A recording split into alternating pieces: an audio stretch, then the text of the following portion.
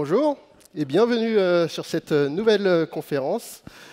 Donc, il y a certaines personnes dans le monde, comme moi, quand je vois un composant, je me dis je vais l'utiliser, un composant comme une carte graphique ou un processeur, je vais juste l'utiliser. Et puis il y a des personnes comme Olivier, quand ils voient un processeur, ils se disent et si j'en crée un avec rien, from scratch.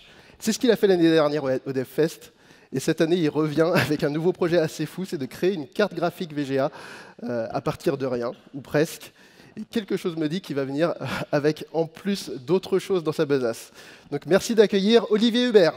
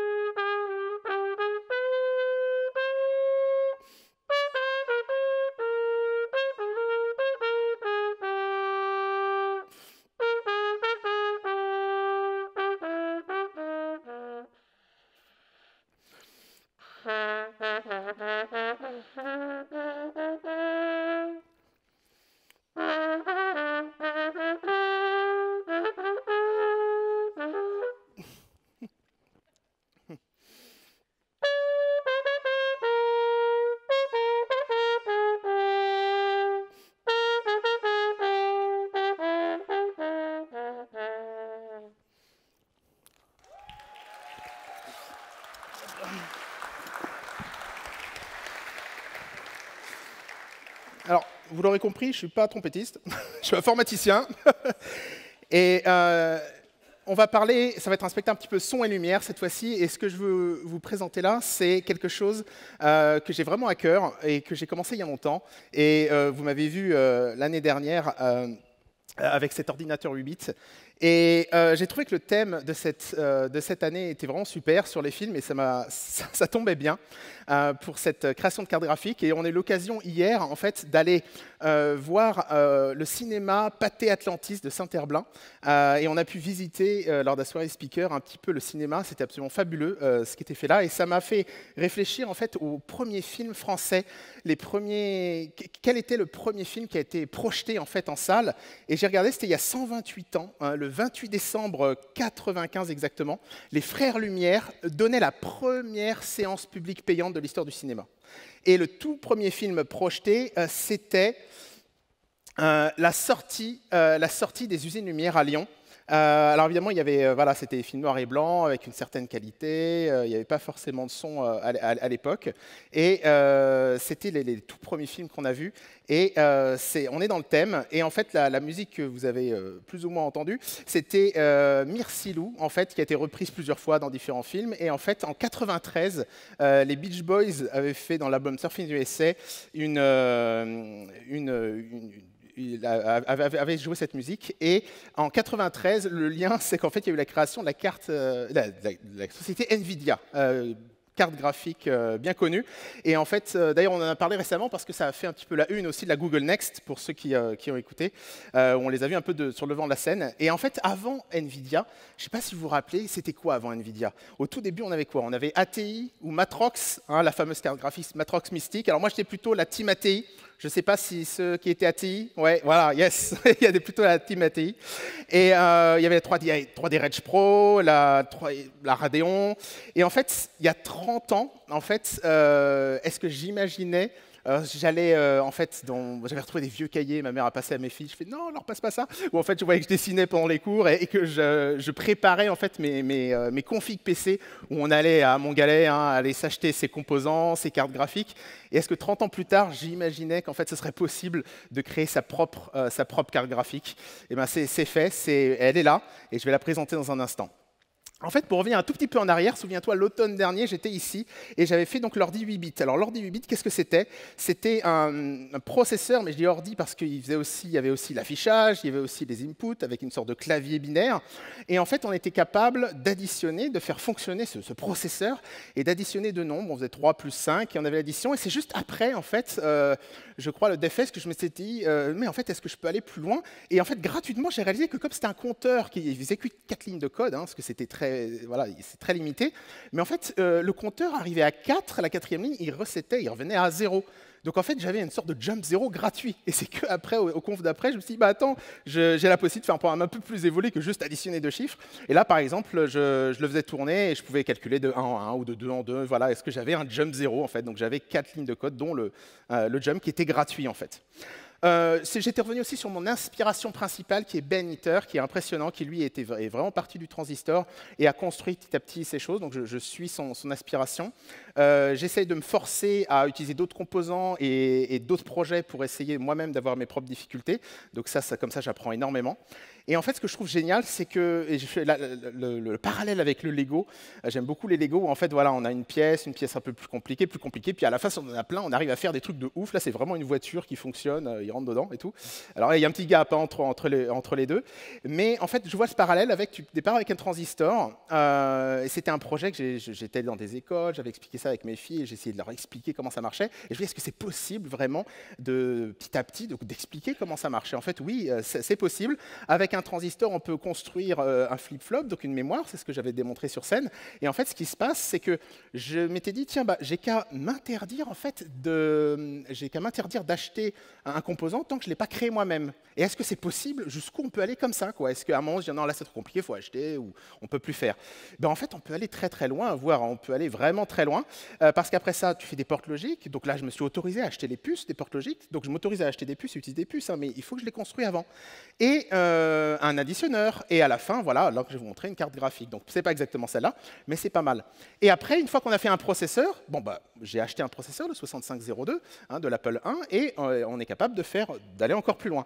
Et même avant ça, je me dis, mais est-ce que c'est possible? En fait, c'est fou, c'est passionnant, les portes logiques, si on reste à ce niveau-là, est-ce que c'est possible de faire quelque chose d'intéressant juste avec ça? Et pas d'arriver au processeur, avec un processeur, on fait ce qu'on veut, après on le programme, on fait ce qu'on veut. En fait, oui, j'avais réalisé qu'il y avait le jeu Pong qui était sorti, il n'y avait pas de processeur, c'était juste la logique, des portes logiques, des transistors même, et ils avaient réussi à faire un jeu, le jeu Pong, assez simple, mais il y avait tout, il y avait le score, il y avait tout, c'est assez impressionnant. Alors une fois qu'on a bien joué, là ça fait 2 ans maintenant que je suis sur ce type de projet, un petit peu plus, on n'arrive pas à tout comprendre, mais j'arrive à comprendre un petit peu comment c'était fait. Je me suis dit, c'est complètement dingue. On avait vu aussi, je ne sais pas si vous vous rappelez, on était revenu un peu sur les nombres, les chiffres, et en fait, on avait vu que certaines civilisations comptaient jusqu'à 20, donc comptaient jusqu'à 10, et voilà, pourquoi pas, et le 0 a toujours été un peu particulier. Si on regarde les Indiens et les Arabes ensuite, qui ont introduit le 0, nous, on a juste 10 caractères, et on n'en a plus. Donc on a vu qu'après, il fallait rajouter une colonne, on a ces systèmes de colonnes. Donc on a 1, 0, 1, 1, voilà, etc. Donc ça fait 10, 11, etc. Et le binaire, on en a vu qu'on n'avait que 2. On éteint ou on allume l'électricité. Il y a du courant qui passe ou qui ne passe pas. Là, c'est du 5 volts, donc c'est 0 ou 5 volts.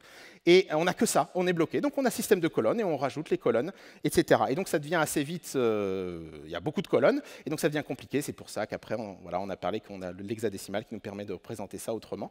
Mais voilà, on n'a vraiment que des 0 et des 1. Et on avait vu aussi un petit parallèle avec comment est-ce que le courant se propageait dans les transistors. Donc là, je suis resté dans le thème de taxi, où on a effectivement le petit livreur qui veut livrer ses pizzas. S'il est bloqué, il a un livreur qui peut venir l'aider, et hop, il peut passer pour livrer. Voilà. Et on va s'arrêter là sur les rappels, et on va attaquer notre sujet qui va être effectivement donc les images, la carte graphique. Si en fait vous zoomez sur les vieux écrans, et même encore des fois sur des téléphones qui ne sont pas très bonne qualité, vous regardez bien et vous zoomez, vous regardez, même avec vos yeux, vous pouvez voir des pixels. Et donc, qu'est-ce que c'est? C'est que c'est formé de plein de petits points lumineux, le bleu, le rouge et le vert, qui sont les couleurs primaires, qui mélangées font du blanc. Et avec les différentes intensités, on peut faire toutes les couleurs. Donc voilà comment sont nos écrans. Et là, par exemple, un écran comme ça, c'est, on va dire, 6 x 5 pixels. Voilà, et donc chacun, il y a les trois couleurs primaires. Et en fait, à l'époque, c'était des canons à électrons qui projetaient des électrons vers l'écran une surface phosphorescente, et puis ça allumait donc un petit point de couleur. Et quand on dit canon, on pense danger, hein, on pense canon. Et en fait, c'est exact, j'étais tombé sur cette vidéo dans mon fil Twitter où il y a quelqu'un qui avait mis les doigts et il s'est fait mal. Voilà, parce qu'effectivement, canon à électrons, ça monte jusqu'à 20 kilovolts pour pouvoir projeter, extraire ces électrons pour les projeter vers la surface, donc c'était un petit peu dangereux. Ça demandait beaucoup de courant. Et en fait, ce qui se passe, c'est que là, on projette donc un point lumineux sur un écran. Ok, super, mais on n'a qu'un point. Donc ça veut dire que voir une image complète, comment ça fonctionne? En fait, il faut aller très très vite. Et là, c'est basé sur la persistance rétinienne. Et ça, si je prends un exemple, il y avait ma fille Elise qui s'était amusée à faire un petit dessin. Je l'ai repris et je lui ai dit, tiens, je vais te prendre ça en vidéo. C'est voilà, une petite balle rebondissante, voilà, un petit jeu. Et ça s'appelle, notre œil, il est lent, il est très lent. Pour qu'on voit une animation, il faut, voilà, on est dans les 25 images secondes. Ou après, si on veut de la haute définition, on peut aller encore plus. Et c'est ce principe qui permet de faire des films et qu'on a l'impression que voilà, il y a de l'animation. Et donc en fait, il n'y a qu'un point, et d'ailleurs on voit qu'on quand vous filmez quand on filme un écran, on voit bien que ça clignote, parce qu'en fait, effectivement, là, c'est pas la même fréquence, et donc on voit bien que l'écran, il affiche que des points, quoi. Et donc en fait, l'idée, c'est d'aller vite. Mon problème d'aller vite, c'est que là, on est un petit peu sur du bricolage. Donc aller vite, mais c'est quoi mes limites? Donc j'ai déjà commencé à regarder mes contraintes. Si vous regardez le maillon faible, qui va être dans tous les composants qu'on va utiliser, en fait, assez rapidement, on voit que c'est la mémoire. Parce qu'avec la mémoire, on voit qu'on est à 120 nanosecondes. Elle peut lire une information 120 nanosecondes et lire la deuxième, c'est 120 nanosecondes plus tard. Donc si vous faites le calcul, ça fait 8 MHz. 1 sur 120 nanosecondes, ça fait 8 MHz. OK, donc j'ai mon chiffre. Moi, je peux aller qu'à 8 MHz. OK, c'est bon à savoir parce que j'avais aussi regardé les breadboards, la qualité de ces breadboards. Hein, on va brancher nos composants. C'est du plastique, du métal. Bon, c'est pas trop fait pour faire ce genre de projet, hein, je vous l'accorde. C'est fait pour allumer des LED et faire joujou, mais pas pour faire une carte graphique. Et donc, c'était à peu près, les grands max, c'est 10. C'était très bonne qualité. C'est ce que j'achète là, c'est 10 MHz grand max. Donc, ça tombe bien, 8 MHz, c'est bon. Donc, déjà, on a notre contrainte. Je savais que je ne pourrais pas aller plus vite que ça. Si on regarde maintenant, je veux projeter sur un écran. Et là, je vais voir le projeter sur l'écran ici. Donc, je suis resté sur standard VGA, qui était un des premiers standards, qui s'appelle Video Graphics Array, qui a été créé par IBM, hein, avec ses lignes d'ordinateur PS2 en 87. Et en fait, VGA, c'était deux choses. C'était à la fois un mode d'affichage, il disait, là, il y aura 640 pixels sur 480 pixels de hauteur. Voilà, ça, c'était un mode d'affichage. Après, il y a aussi du 800-600, du Super VGA, voilà. Donc, ça définit un mode d'affichage et ça définit aussi le petit connecteur, vous connaissez tous, le petit connecteur bleu là, avec ses 15 petits pins, ça définit ça. OK, donc c'est ça, on va se brancher là-dessus, ça marche. J'ai une deuxième contrainte, c'est que moi, je veux faire donc du Super VGA, je suis parti là-dessus, 800-600, c'est des chiffres ronds, ça me va bien. Et donc, si je fais le calcul, 800 x 600, ça fait 480 000 pixels. Donc, je vais devoir afficher 480 000 petits points à mon écran pour que ça fonctionne. OK, parfait. Sauf que si je reprends ma mémoire que j'avais, la mémoire, elle faisait 8K max. Voilà, 8000. Donc déjà, j'étais bloqué, c'était mort, je ne pourrais pas afficher une image en 800-600. Bon, donc ça, c'est un problème. Donc je suis allé voir ensuite la spec VGA. Et dans la spec, qu'est-ce qu'on voit? On voit qu'il faut, pour qu'un écran reconnaisse le signal, pour que ça fonctionne et qu'il y ait une image qui s'affiche, il faut que ce soit du 60 Hz. 60 Hz, 60 images secondes.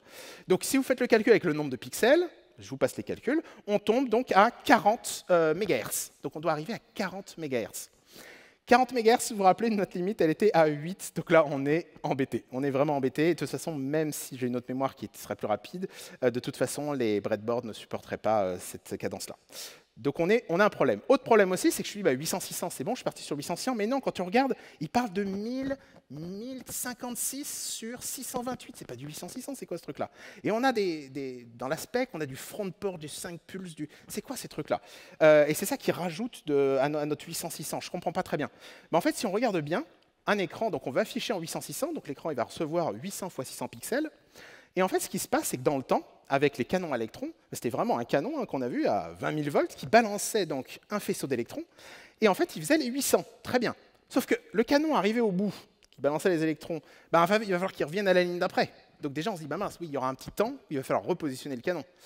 OK, Bon, donc déjà, il y aura ça. Il y aura aussi ce temps où il va recevoir l'information pour lui dire, bah, maintenant, vas-y, repositionne-toi, c'est fini, ta ligne est finie, repositionne-toi. Donc il y a ce qu'on appelle le front porch, où en fait, il y a un certain temps pour le laisser recevoir le signal de synchronisation horizontale, H5, Horizontal Synchronization, où il reçoit ce signal qui dure un certain temps pour dire vas-y, repositionne-toi, c'est fini, ta ligne est finie. Puis d'ailleurs, arrête d'envoyer des électrons à ce moment-là. D'ailleurs, ce qui est intéressant, c'est que dans cette zone-là, il ne fallait pas envoyer d'électrons, parce que là, tu tirais un peu à n'importe où. Et ça pouvait être dangereux, il y a des écrans qui pouvaient péter, il y en a qui l'ont fait. Rassurez-vous, là, ça ne va pas péter. Ça ne fonctionne plus pareil, c'est plus des canons à électrons. Mais bon, c'est mieux de ne pas tirer dans cette zone-là de toute façon, donc j'ai désactivé ça. Mais voilà. Et vous avez le back porch, laissez le temps, bah, en fait, il se repositionne en début de la ligne suivante et hop, il repart sur une ligne propre, la ligne suivante. OK. Et on a la même chose, donc on a 4 temps importants à retenir, c'est important pour tout à l'heure. Et pour la partie verticale, en fait, on va avoir donc 600 pixels, mais on aura aussi le temps que le canon se repositionne en début, à la fin d'une image, il se repositionne en haut à gauche pour repartir et rebalancer ses électrons. OK. Donc on a ces temps-là. Si maintenant on revient sur notre ligne, bah on se dit, bah oui, effectivement, là, c'est pour ça que dans notre spec, on avait un petit peu plus que 800-600. Il faut compter un peu plus loin pour savoir à quel moment on envoie le signal et tout. Donc c'est pas, en termes de, quand on compte le temps qu'on va mettre, on met un peu plus de temps que juste afficher les 800. OK. Alors, nous, on est bloqué parce on va être sur du 8 MHz maximum pour notre mémoire, et en plus, notre breadboard a supporté 10 max. Donc, un petit calcul savant, si on divise tout par 8, en fait, si je divise par 8, ma fréquence, on tombe à 5 MHz. Et là, j'ai un oscillateur de 5 MHz. Alors, vous me direz, est-ce que tu triches parce que tu as acheté un oscillateur? Non, j'ai créé un oscillateur avant. Il est ici, d'ailleurs, je vais l'utiliser tout à l'heure.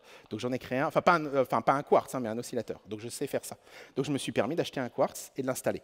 Donc, 5 MHz. Donc, ça, c'est top. Mais tu dis, ouais, mais ça ne marche plus parce que si tu divises par 8, l'écran, c'est plus le standard. Il dit, mais je ne comprends pas, c'est plus du 100 Hz que tu m'envoies, c'est n'importe quoi, c'est du 2-3 Hz. Donc effectivement, on est embêté. Donc ce qui se passe, c'est qu'en fait, si on divise aussi par 8 le nombre de pixels, donc si je divise par 8 la fréquence, la vitesse, mais je divise aussi le nombre de pixels, j'en vois moins, on retombe sur nos chiffres. Donc on retombe sur du 60 Hz et notre écran, il va dire, OK, je reçois un signal qui est cohérent, on est bien à 60 Hz. L'image sera tout étirée et c'est très pixelisé, mais bon, ça c'est notre problème, c'est pas son problème. On respecte la spec. Donc allons-y, on divise tout par 8, tous les temps là par 8, et on se retrouve avec des chiffres. Donc il faut compter jusqu'à 100, jusqu'à 5 pour le front porch. Donc tous nos temps là, nos 4 temps, on a des nouveaux chiffres, très bien. Et pareil, le 600, on le divise par 8.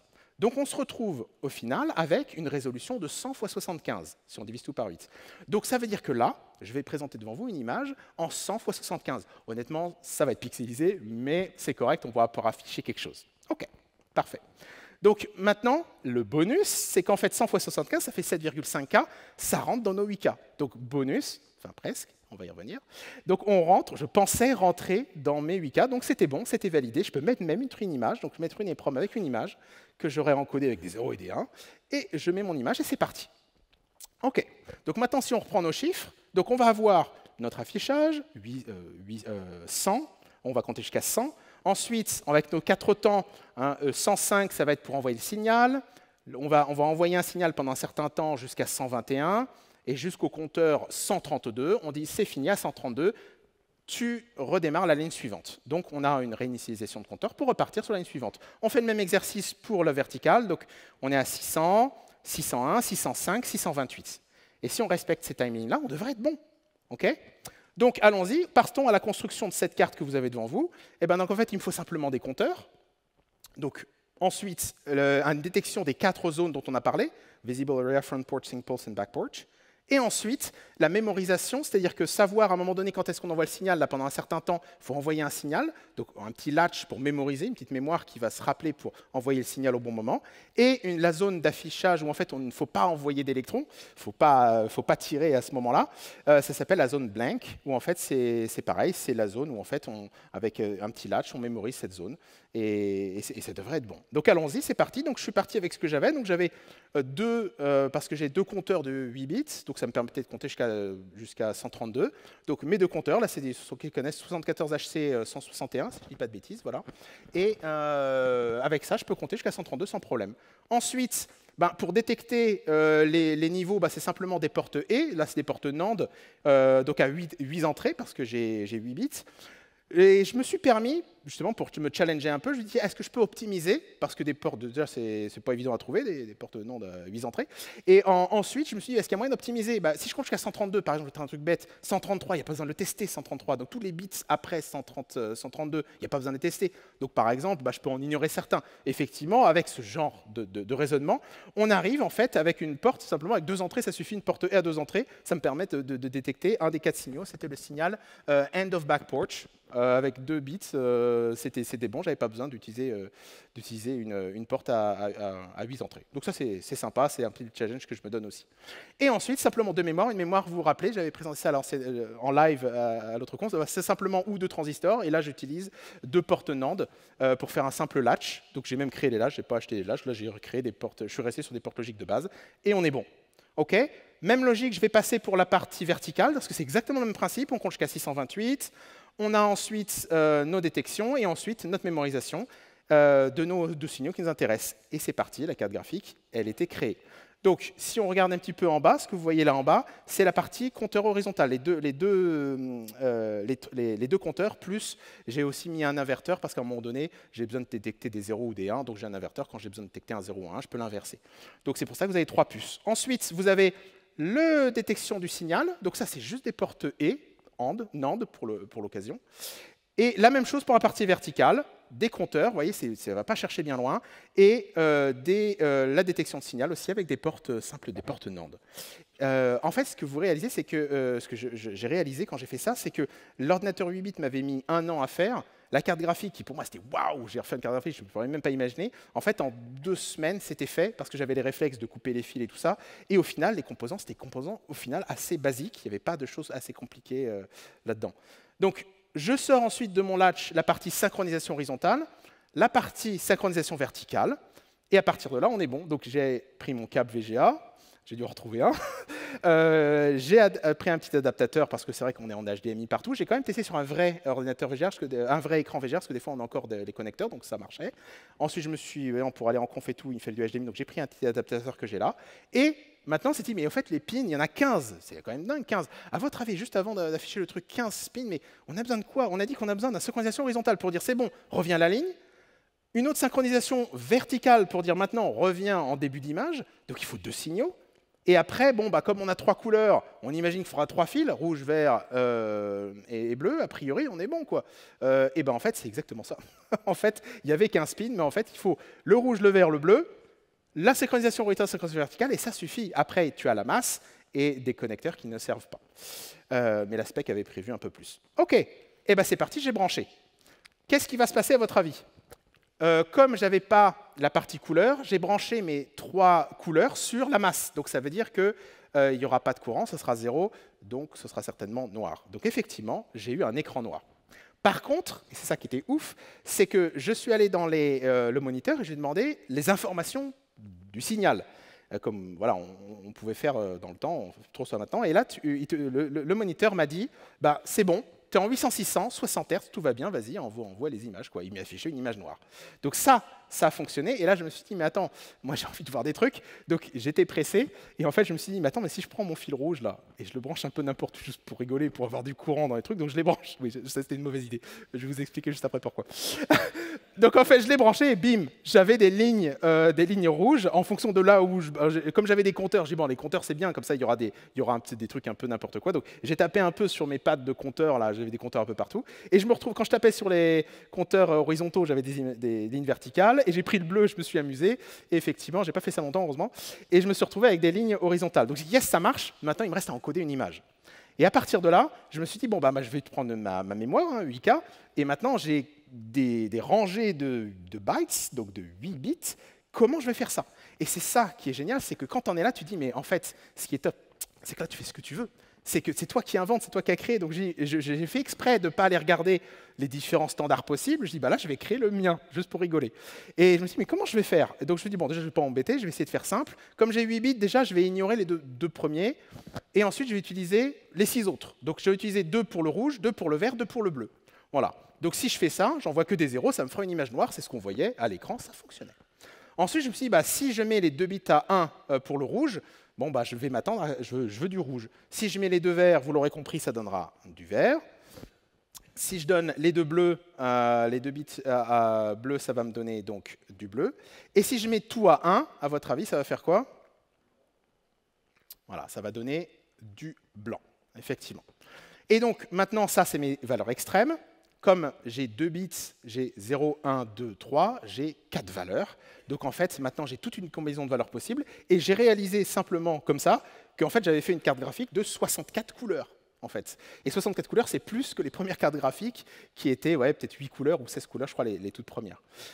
Donc, ça, c'est sympa. Il me restait maintenant à voir un petit peu comment est-ce qu'on convertit ces 0 et ces 1 en signal vraiment dans le fil. Là, le fil HDMI que je vais brancher à l'instant, lui, il va recevoir des informations quoi la couleur. Qu'est-ce qu'il va recevoir? Et c'est là que ça fait mal, parce que j'ai réalisé qu'en fait, il fallait envoyer du 0,7 volts max. Voilà. Donc quand je m'amusais avec mes fils à brancher n'importe où, j'envoyais du 5 volts. Donc là, c'était un petit peu dangereux. Heureusement, il ne s'est rien passé, j'ai rien pété. Mais effectivement, il s'attendait là, dans le signal, dans l'aspect, il dit c'est 0,7 volts quand tu as du full. Et donc maintenant, je me retrouvais donc 0,7 volts max quand j'envoie un 1. Quand je vois 5 volts, je dois envoyer 0,7 volts. 0, c'est bon. Et comme j'avais un range, comme j'ai 4 valeurs, je me suis dit, bon, bah, je vais prendre des valeurs intermédiaires. Donc j'ai calculé 0,23 volts pour la valeur 1 et pour la valeur 2, 0,47 volts. Donc voilà, donc j'ai le noir. Ensuite, 3 valeurs pour ma couleur rouge, bleue, voilà, et verte, etc. Donc comment on convertit maintenant du 5 volts en 0,7 volts max? En fait, vous pouvez reprendre vos cours d'école. En fait, on utilise des résistances. Donc, j'ai utilisé des résistances. J'ai calculé ça comme il fallait. Je me suis permis de rajouter aussi ce que fait pas Beniter. J'ai rajouté des diodes parce qu'à un moment donné, c'est pas très grave. Et puis, Beniter l'utilise pas et ça, il n'a rien fait péter non plus. Mais si vous êtes dans cette configuration-là, la partie 1, qui en fait veut dire on envoie 5 volts, si vous regardez, comme les fils se rejoignent après, le courant peut revenir vers l'EPROM. Mais je ne voulais pas péter mon EPROM ou l'abîmer. Donc, j'ai mis des diodes qui baissent aussi le voltage. Donc, j'ai dû prendre ça en compte dans mes calculs. OK. Donc, après, on peut envoyer, si on envoie du 1,1, voilà, on envoie du 0,7 volts. Et j'ai calculé pour que ça corresponde. On arrive à la fin. Donc, si on fait ça, vous avez vu la partie horizontale dans le détail, j'ai montré le schéma. La partie verticale, c'est bon. Là, ce qui nous intéresse, c'est la partie mémoire. Donc là, quand on envoie quand on envoie nos informations de là où on en est dans l'image de nos compteurs vers l'EPROM, on va aller lire les pixels à afficher, rouge, vert et bleu. Et comme on a dit qu'il ne fallait pas afficher dans la zone non visible, le blanking area, j'ai rajouté une petite porte E qui permet de désactiver l'EPROM pour ne pas afficher à ce moment-là. OK, comme ça, on évite de faire des bêtises. Ensuite, on a notre fameux convertisseur digital vers analogique, et je réalise que j'avais créé sans le savoir un DAC, Digital to Analog Converter. Donc, j'étais capable de faire ça simplement. Donc, on s'est rassuré, en fait, c'est pas si compliqué que ça. On utilise juste des résistances et puis on convertit du numérique vers de l'analogique. Et ensuite, on a branché ça typiquement sur un connecteur VGA que j'ai acheté ici. Et une fois qu'on a ça, ça donne quoi? Ça rajoute une breadboard. Donc, on est à 1, 2, 3, 4, 5 breadboards seulement. Et on a notre EPROM où on a notre image dedans, avec les 0 et les 1. On a notre convertisseur digital, donc avec les 0 et les 1, qui va envoyer du 0, 0,23 volts, 47 et 0,7 volts max. Et ensuite, on a aussi une porte E ou une porte NAND, je crois que j'utilise, qui va simplement désactiver ou activer juste l'envoi d'informations lorsqu'on est dans la zone visible affichée. Et c'est parti. Quand on prend une EPROM, normalement, elle est initialisée à 1, donc on n'a que des 1 dedans. Donc quand je l'ai branché, boum, j'avais un écran blanc. OK. Ensuite, maintenant, il me restait à faire une image. Et pour faire une image, maintenant, il fallait aller renseigner les 0 et les 1 directement dans l'EPROM. Vous vous rappelez que j'avais utilisé en live sur scène un petit programmateur que j'avais fait à la main. C'est celui-là. Et sauf que là, on programmait 4 lignes, juste 4 x 8 bits. Ça va, je pouvais le faire en live. Là, il y en a 8000. Ça va être long. Donc, je me suis dit, bon, quand même. Donc, il y a un programmateur pour ça. Sauf que je trouve que c'est un peu overkill et je voulais rester un petit peu dans le bricolage. Donc, je n'ai pas acheté ça. En plus, il est un peu cher. Donc, j'ai utilisé un Arduino, simplement, pour faire la même chose que je faisais déjà, de toute façon, avec mon programmateur que j'avais déjà créé moi-même. Sauf que l'Arduino, c'est plus facile. Tu fais une boucle et tu l'envoies tous tes bits. Et donc, en fait, la difficulté, après, restait dans la transformation d'une image PNG JPEG que tu as pris avec ton appareil photo en 0 et 1, que moi-même, avec le standard que j'avais créé, peut-être qu'il existe, mais en tout cas, le standard que j'avais créé, où c'était juste, j'ignore les 2 premiers bits, et après, j'ai du rouge, du vert, du bleu. Voilà. Donc après, j'ai dû aussi galérer un peu à faire ça. Et écoutez, c'est le moment de le prouver. Donc c'est parti, attention. on déconnecte. Je vais déjà brancher, oui, à l'alimentation, ce sera mieux. Donc je branche la carte graphique, je sors le HDMI, avec des connexions, et attention les yeux. Yes, ça marche. Voilà, merci. Voilà, alors, ça c'est mon autre fille Lucie qui est rentrée dans mon bureau à ce moment-là, elle dit « Papa, qu'est-ce que tu fais ?» Je fais « Bouge pas, je te prends en photo, tu passeras à la postérité, t'inquiète pas, tu seras pixelisé. » Alors, vous voyez ici, en fait, plusieurs choses intéressantes. Déjà, il y a plein de points noirs. Ça, c'est normal, c'est parce qu'en live, je fais le rigolo à chaque fois, je retire, et je vais le faire dans un instant, c'est pas très bien, en live, pendant que c'est alimenté. Donc au moment où je retire mon EEPROM pour en mettre une autre, je foire tout, parce qu'on ne fait pas ça quand on est alimenté. Donc c'est n'importe quoi, donc j'ai moi-même perturbé l'image. Donc ça, c'est normal, il faudrait juste que je la recharge. Par contre, autre chose intéressante, c'est que vous avez une barre en haut et en bas de l'image, et en fait j'ai dû réduire l'image parce que, vous vous rappelez, je me dis mais c'est bon, ça rentrait 800, 600, là 100 x 75, ça rentrait dans mes 8 kilos. Mais en fait le problème c'est que quand vous réalisez qu'en fait non, je devais compter un peu plus loin que 100 et 75 parce que je devais aller chercher dans la zone non visible pour aller envoyer les signaux de synchronisation. Donc il n'y avait pas juste du signal d'image, il y avait du signal de synchronisation. Donc en fait on est à 132 fois je ne sais plus combien, et donc en fait on est au-delà de l'image, donc en fait l'image ne rentrait plus, donc j'ai triché, sinon l'image se recopiait en deux, donc j'ai mis des bandes noires ici, comme vous voyez. Autre chose aussi, et je vais vous montrer une autre image justement en live, donc c'est là où je détruis la moitié de mon image en faisant ça. Donc je vais changer mon EEPROM par une autre en live, ça ne se fait pas, hein, j'en ai conscience, et bon, voilà.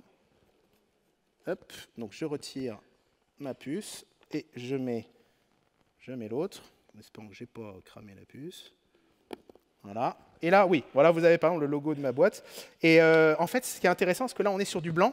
Et là, ce que vous voyez, c'est que déjà, je vous ai dit que j'avais un test. Parce qu'à un moment donné, je ne comprenais plus rien. J'avais une image toute verte. Je m'étais trompé dans, dans mes couleurs. Et donc là, je voulais tester que j'avais bien du noir, du rouge. Voilà. Et ce qui est intéressant, c'est que là, vous voyez des lignes noires. Alors, pour le coup, c'est un vrai exercice, parce que je l'ai laissé comme ça exprès. Qu'est-ce que ça peut être à votre avis ? Je vous laisse réfléchir, peut-être qu'on en parlera aux questions à la fin. Pourquoi il y a des lignes noires? Parce que normalement, on est censé avoir un truc propre quand même. Hein. C'est pixelisé, mais ça devrait être propre. Pourquoi est-ce qu'à un moment donné, on a ces lignes noires? Je vous laisse réfléchir à ça, et vous pourrez peut-être poser la question à la fin si ça vous intéresse. Alors, on va maintenant s'attaquer à la suite. Donc ça, c'était la carte graphique. Hop. Est-ce qu'on reprend le signal? Voilà. Alors, what's next? Alors évidemment, là vous dites, mais attends, on a fait l'ordi 8 bits, le processeur, là maintenant la carte VGA, peut-être autre chose. Ben, en fait, évidemment, mon but c'est que mon papa m'avait acheté, quand j'ai commencé moi l'informatique, c'était mon papa qui avait acheté l'Apple IIc quand il était sorti. Donc c'était mon tout premier PC. Et donc mon héros, c'est un petit peu Steve Wozniak, hein, pas Jobs, Wozniak, qui avait créé l'Apple 1, et ensuite l'Apple II. Et il s'était basé sur le 6502, qui est, alors je sais qu'il y a le 6502, le Z80. Le 6502, moi je préfère, et puis c'était un petit peu mon projet de faire l'Apple 1. Donc j'ai acheté le 6502, je me suis permis ça vu que j'avais créé un petit processeur avant. Et maintenant, je regarde un petit peu comment on peut faire la suite. Donc la carte graphique, elle est faite, je pense que je vais l'utiliser. Et il y a un certain Olivier Poncet, qui d'ailleurs fait une conférence AGC, Retour sur l'ordinateur qui a amené l'humanité sur la Lune, très intéressant qu'on va pouvoir voir demain, qui m'a dit à la dernière conf, pourquoi tu ne fais pas une carte son? J'y connais rien au son, pourquoi pas, je n'avais pas prévu de faire ça. Non, vas-y, regarde, tu vas voir, pourquoi pas. Je vais challenge accepted. J'y connais rien, comme ça je vais apprendre des trucs. Et donc en fait, je m'y suis mis pour essayer de voir comment on peut faire ça. Et mon challenge, évidemment, quand j'ai regardé, il m'avait envoyé des liens, il y a de la polyphonie, machin, tout ça, et les gens ils font ça avec 256 composants, le truc énorme et tout. J'ai dit, non, mon but c'est pédagogique, moi je veux que ça tienne sur une breadboard ou 2 breadboards max, tu vois, ma carte graphique là, elle tient sur 5 breadboards. Et j'ai réussi à leur réduire jusqu'à 3 puces, l'oscillateur compris, mais ça c'est un spoil pour une prochaine conférence, donc laissez-moi vous faire goûter un petit extrait. Donc là ce que j'ai, et je ne vais pas vous la montrer parce que je ne vais pas spoiler une prochaine conférence certainement, mais voilà ce que ça donne. Ah, il joue mieux que moi. Hein. Donc en fait, on peut aller de l'octave 3 à l'octave 6 ou 7, parce que je le fais sur 8 bits. Voilà, il arrive même mieux à monter dans les aigus que moi. Voyons, ma carte 8 bits m'a battu. Voilà. Donc la carte son, spoil pour une prochaine conf. Et j'y suis allé par étapes, donc vraiment étape par étape, en partant simplement avec moi qui prend un fil et qui fait 1 volt, 0 volt pour avoir une certaine fréquence. Je crois que j'arrive à aller peut-être à 10 Hz ou je ne sais plus quoi, peut-être un peu plus. Et là, il faut monter. Si vous regardez les notes, je suis allé sur Wikipédia pour faire un Do, un Ré, c'est quoi c'est 440 Hz. C'est juste en fait des chiffres. Donc, je mets des chiffres, je peux mettre dans une EPROM, je peux faire, etc. J'arrête de spoiler. Ce sera pour une prochaine fois. Et après, le projet fou aussi spoil, ce serait une carte réseau, forcément, parce que ça veut dire qu'après, on peut se connecter à ce qu'on veut, Internet, à d'autres choses, et on peut faire des trucs fous, mais j'arrête là. Quoi d'autre ? En fait, ce qui se passe, c'est que là, on est sur des 0 et des 1. C'est cool, les 0 et les 1, ok. Est-ce que c'est le début de l'informatique, les 0 et les 1 ? Ben non. Est-ce que c'est les premiers trucs ? Je me suis dit, mais attends, mais avant, c'était quoi ? Ben non, les premières choses, c'était pas des 0 et des 1, c'était de l'analogique. Parce que je me rappelle quand j'étais à l'école aussi, que j'avais entendu parler de ces 0 et 1, je me suis dit, mais je ne comprends pas. Entre 0 et 5 volts, il y a 0,1, 0,2 volts, il y a plein de valeurs en fait. Pourquoi on reste bloqué sur 0 ou 5 volts, 0 et 1 ? En fait, oui, il y avait plein de valeurs et les premiers ordinateurs étaient analogiques, voire même avant ça, c'était mécanique pour les premiers calculs des marées, c'était des poulies, quoi. Donc les poulies, c'était pas 0 à 1, c'était vraiment c'était des valeurs, c'était de l'analogique, quoi. Il y avait toute une série de valeurs, il n'y avait pas des valeurs fixes. Alors le problème des ordinateurs analogique, c'est pour ça que ça s'est un petit peu arrêté, on est passé sur le numérique, c'est que 1 plus 1, ça fera 2,1 ou 1,9. C'est pas forcément précis, mais c'est pas grave. Maintenant, avec l'intelligence artificielle qui fait un retour, machine learning, tout ça, c'est pas grave si 1 plus 1, ça fait 2,1. Ce qu'on veut, c'est que ça aille vite et que ce soit à peu près juste. Et donc, en fait, avec l'ordinateur analogique, on est juste sur du courant, la vitesse du courant. Donc, c'est pas la vitesse de la lumière, mais on s'en approche. Donc, en fait, il y a un retour sur des puces analogiques et on va être dans un monde où on va vivre avec des puces qui sont à la fois numériques et analogiques. Veritasium a fait une des super vidéos là-dessus. Regardez ça sur les ordinateurs analogiques. Donc, on m'a offert gracieusement l'Analog Thing qui permet de... C'était un de mes projets, mais bon, là, il a été fait, donc je ne sais pas si je vais le recréer, pour créer un ordinateur analogique et peut-être vous faire une démo de ça. Le problème, c'est que comme moi je vais tout expliquer, il faut partir de la base, et la base, c'est l'op-amp. Et l'op-amp, c'est une autre histoire. C'est pas évident à expliquer. Je pense que c'est possible, mais voilà, j'ai pas assez de temps dans une journée. Une citation que j'aime beaucoup, la perfection est atteinte, qu'on aime beaucoup dans le software, non parce que lorsqu'il n'y a plus rien à ajouter, mais lorsqu'il n'y a plus rien à retirer. Antoine de Saint-Exupéry. C'est vrai dans le software, et c'est vrai aussi dans le hardware. Et ça, regardez ça, Motorola, en 1974, il y avait le 6600 et chez Intel, vous aviez le 8080, processeur Intel. Deux personnes, Chuck Peddle et Federico Faggin, en 1974, ont pris la porte de ces deux boîtes pour construire un processeur qui va être quoi ? Plus compliqué, plus puissant, plus poussé ? Non, plus simple.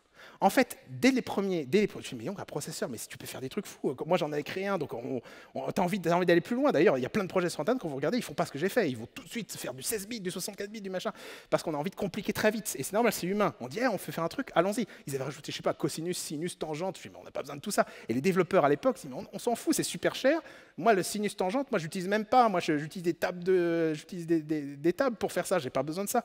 Et donc, en fait, il y avait vraiment un ras-le-bol à l'époque des développeurs qui voulaient des choses plus simples. Et en fait, ces deux gars, ils ont créé le 6502 et le Z80, les fameux processeurs. Malheureusement, ils n'ont pas réussi à continuer avec ça. Il y a eu le Commodore qui est sorti, d'autres choses, mais c'est des projets qui sont arrêtés un petit peu après. Et les grosses boîtes, Motorola, Intel, ont continué avec les processeurs de plus en plus compliqués. Mais le 6502 avait son entrée. Et tu dis, mais c'est top, ils avaient atteint, ils étaient retournés vers la simplicité. Nous, on aime bien ça, moi j'aime bien ça. Sauf que non, il y a deux autres ingénieurs qui se sont dit, 6502, ils voulaient tester ça pour un nouveau projet, et ils se sont dit, mais il consomme trop et il est trop lent. Ils sont forts, déjà que c'était quand même pas mal. Et en fait, qui étaient ces deux ingénieurs ? Steve Ferber et Sophie Wilson de Acorn Computers, qui ont fait le processeur qu'on connaît maintenant tous, qui revient sur la scène, le processeur ARM. Où en fait, ils se sont dit, on va revenir à une consommation beaucoup plus faible pour des portables, pour des mobiles. C'est maintenant ce qu'on a tous dans nos mobiles. Et même le supercalculateur le plus grand du monde, je crois que maintenant il est aussi sur ARM. L'idée, c'était de prendre des architectures complexes, CISC, vers des architectures réduites pour faire quelque chose, Unix way, faire une petite chose, mais le faire bien, le faire vite. Et la petite histoire qui est fou, et vous pouvez regarder ces chaînes YouTube là, qui parlent de ça, c'est qu'en fait, quand ils ont sorti le processeur, on l'a dit, il faut que ça marche sur un encasing en plastique. Sur une puce, il faut que ce soit en plastique. En plastique, ça veut dire qu'il ne faut pas chauffer. Donc il faut vraiment être sur, sur une consommation très faible. Quand ils ont commencé, ils ont branché le processeur pour le tester la première fois, ça a marché, ils ont sorti champagne et tout. Et là, tu as Steve Ferber, l'ingénieur qui, son but c'était qu'il consomme le moins, il s'est dit, hop, je prends mon wattmètre quand même, hein, on arrête le champagne, on regarde juste pour savoir combien il consomme. Il regarde, c'était 0. Il dit, c'est pas possible, il y a du courant, ça fonctionne, donc c'est que ça fonctionne. Il regarde 0, 0, il n'y a rien. Il regarde, la patte d'alimentation n'était pas branchée. Donc c'est-à-dire qu'il fonctionnait par magie, il n'y avait pas de courant. En fait, quand vous regardez bien, pour protéger, il y a toujours des diodes pour protéger les pattes, pour protéger les inputs et tout ça. Donc il y a toujours des diodes qui sont un peu partout pour protéger. Donc en fait, il y avait du courant de fuite et le seul courant de fuite très très faible suffisait à alimenter le processeur. Ça a été dingue. Donc c'est pour montrer à quel point il consommait peu. Et un truc intelligent qu'ils ont fait aussi à Quantum Computer, c'est qu'en fait, ils ont fait l'architecture et ils n'ont pas fait la réalisation. Donc c'est pour ça que maintenant, vous avez tout un tas de sociétés qui font des processeurs ARM. Parce qu'en fait, ils peuvent, ils ont le droit. Par contre, eux, ils ont gardé l'architecture. Donc, ils vendent juste l'architecture, ils ne vendent pas la réalisation, ce qui était intelligent. Vous pouvez voir mes réalisations sur aussi le magazine programmé. J'ai déjà sorti donc l'ordi 8 bits. La carte graphique va sortir là ce mois-ci. Donc je m'appelle Olivier Hubert. Donc je suis un passionné de plein de choses. Vous pouvez me donner du feedback sur Twitter et aussi sur l'app. Hein, il y a une app maintenant cette année. Vous avez ici mon site web olivierhubert.net où je ressors un petit peu. Je fais un petit peu un liste sur mon site web de toutes les confs où j'ai animé ce genre de projet. Et je vais mettre aussi plus tard, évidemment, mes projets avec tous les schémas KiCad et tout ça, mais là, ça demande beaucoup de travail. Mais il y aura ça aussi sur ce site web, donc vous pouvez y aller. Et moi, j'appartiens, alors j'aime les choses simples aussi, donc je rejoins une société Haven. Si vous souffrez avec du Kafka, d'OpenSearch ou quoi, c'est des services managés qui fonctionnent bien. Moi, j'étais bluffé par la démo, donc j'adore faire ce genre de démo parce que c'est quelque chose qui marche. Et en plus, avec du tarif prédictible qui est assez rare dans le domaine, et ça marche bien. Donc voilà, merci beaucoup.